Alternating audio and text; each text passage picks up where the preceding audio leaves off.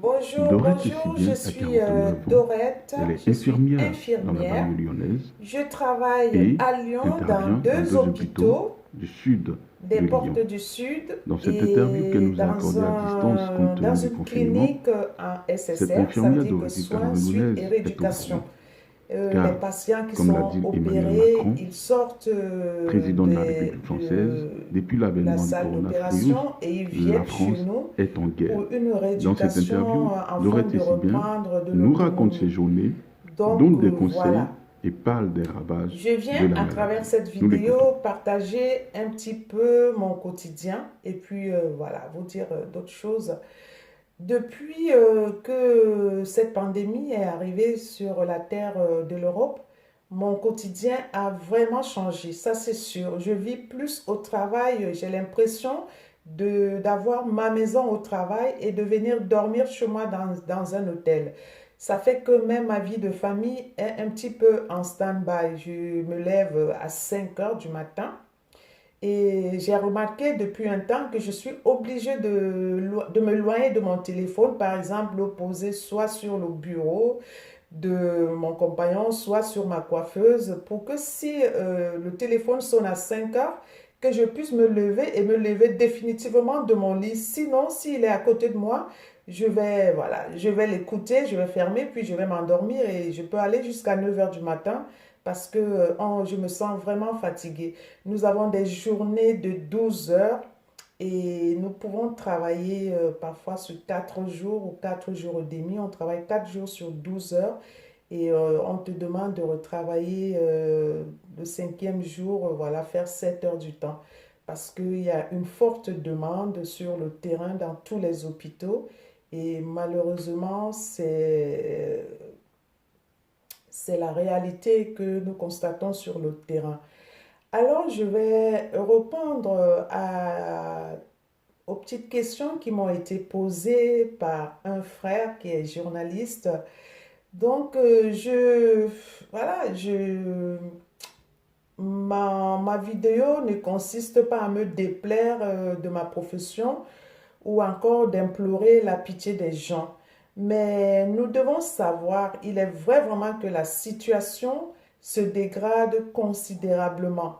Nous sommes plus que mobilisés, nous les soignants, malgré l'ampleur que prenne cette propagation qu'on appelle le coronavirus. Euh, les personnels de santé sont débordés, c'est vrai, mais en même temps, nous sommes conscients de sensibiliser les populations sur l'hygiène des mains, de respecter les distances, de porter les masques, pourquoi pas, et si jamais on a l'atout, de tousser au niveau de son coude, de ne pas laisser, parce que ce virus-là, il passe par la bouche, par le pharynx, et quand ça vous atteint les poumons, je ne vous dis pas, moi j'ai vu des personnes respirer euh, pas très, très, très beau à voir, quoi. Et généralement, c'est des personnes vulnérables qui passent très vite. Les personnes vulnérables, c'est telles que des personnes âgées ou des enfants. Et nous avons vu récemment qu'au jour d'aujourd'hui, on commence même déjà à utiliser le matériel des vétérinaires, le matériel pour des animaux, pour apporter des soins aux hommes. Pour vous dire que c'est très, très, très grave, mes chers internautes. Faisons vraiment attention. Alors pour la question d'aller en Afrique pour apporter un plus, pourquoi pas? Je suis africaine, je suis prête d'aller en Afrique si vraiment les conditions sont réunies. Après, la question ne se pose pas à mon niveau, la question se pose au niveau de mes frères. Je sais aujourd'hui que j'ai vraiment des compétences professionnelles, vu que je travaille avec une grande équipe pluridisciplinaire. J'ai beaucoup appris avec des médecins, d'autres infirmiers qui ont plus d'années d'expérience que moi, les aides-soignants aussi, donc les médecins, les professeurs. Nous formons vraiment une grande équipe disciplinaire. Et ça, je peux être sûre que voilà, je peux quand même apporter une petite expérience, ajouter une petite expérience à mes frères et sœurs qui sont dans la santé en Afrique. Pourquoi pas? Quant à dire que est-ce que le moral est au plus bas ou pas? Il est vrai que nous travaillons en équipe pluridisciplinaire avec le temps de parole.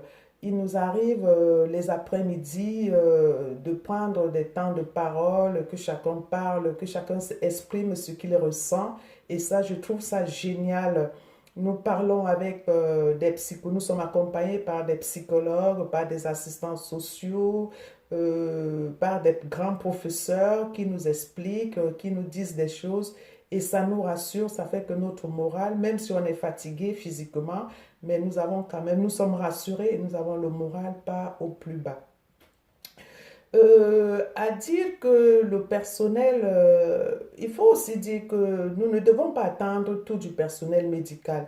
Nous avons un grand devoir aussi de pouvoir respecter les mesures qui sont mises en place pour éviter la propagation. Donc l'hygiène, accentuez beaucoup sur la question d'hygiène des mains. Lavez-vous les mains, respectez les étapes de lavage des mains, respectez la distance. Si vous pouvez même vous confiner chez vous, si vous avez des moyens, je sais qu'en Afrique, ce n'est pas évident parce que il y a la grande population qui vit du jour au jour. Mais des personnes qui ont des moyens de rester chez eux, faites-le et respectez les mesures d'hygiène qui sont mises sur le site de l'OMS ou sur les réseaux sociaux.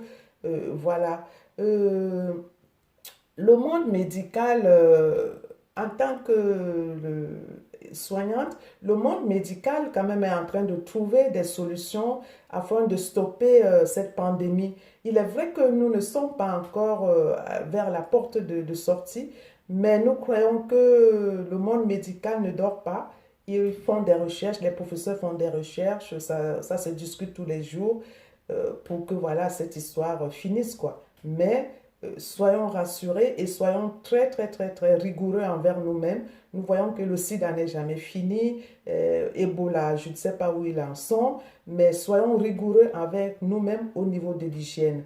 Alors, je vous dis beaucoup de courage et rigoureusement vôtre. À bientôt.